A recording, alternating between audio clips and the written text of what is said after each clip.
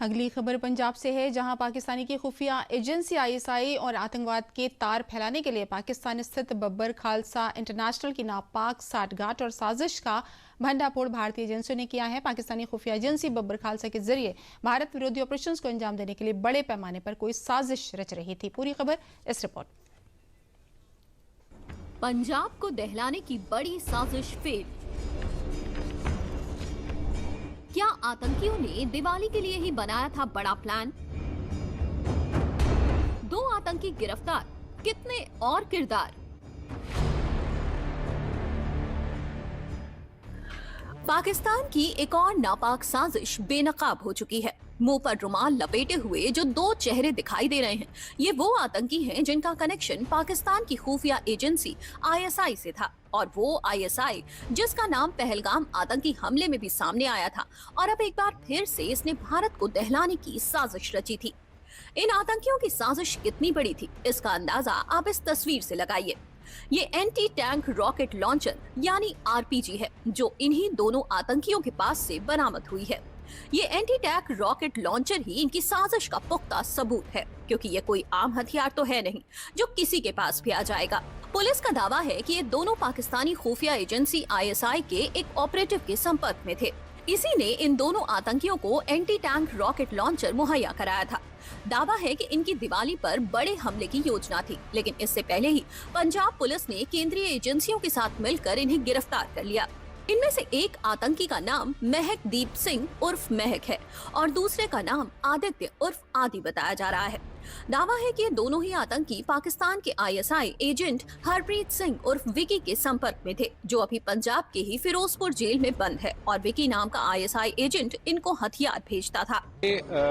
हमारा जो पड़ोसी देश पाकिस्तान, ये आईएसआई के थ्रू हमारे देश के खिलाफ, हमारे पंजाब सूबे के खिलाफ जो गतिविधियां करता रहता है, उसके खिलाफ हमारी अच्छी टीमें बनी हैं, और उसके तहत कार्रवाई करते हुए हमारा special cell Amritsar rural police का, उन्होंने 2 व्यक्ति, एक महक और एक आदि, इन दोनों को काबू किया है, और उनके पास से एक RPG-22 एंटी टैंक जो RPG वेपन है वो हमने रिकवर किया है। एक साथी है जो विक्की नाम का है, जो फिरोजपुर जेल में अभी बंद है।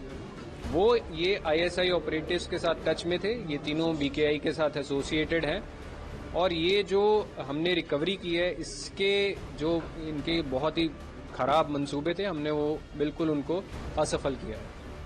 ये माना जा रहा है कि विकी जेल के अंदर से ही पाकिस्तान के आईएसआई नेटवर्क से जुड़कर आतंक फैलाने की साजिश रच रहा था, और किसी को शक न हो इसलिए ऐसे 2 युवकों को काम पर लगाया जिनकी उम्र महज 18 से 19 साल है। अब इन युवकों का असली टारगेट क्या था, ये जांच का विषय है। इन दोनों युवकों का असली निशाना क्या था? आरपीजी किसी छोटे मोटे अपराधी के पास नहीं होता है, तो क्या पंजाब में कोई बड़ा आतंकी ग्रुप एक्टिव है? आमतौर पर इसका उपयोग police commando force, military, special forces करती है, तो इन 18 से 19 साल के युवकों के पास ये भारत से ही आया या फिर सीमा पार से? आरपीजी का मिलना क्या ये भी इशारा है कि इनका टारगेट कुछ बहुत बड़ा था? क्या इनके ग्रुप में बस यही 3 लोग हैं, या कोई और भी खुली हवा में घूम रहा है? ये सवाल इसलिए भी उठ रहे हैं क्योंकि अब करीब 3 साल पहले 2022 में पंजाब के अंदर ही आरपीजी से हमला हो चुका है, और तब टारगेट खुद पुलिस का मुख्यालय था।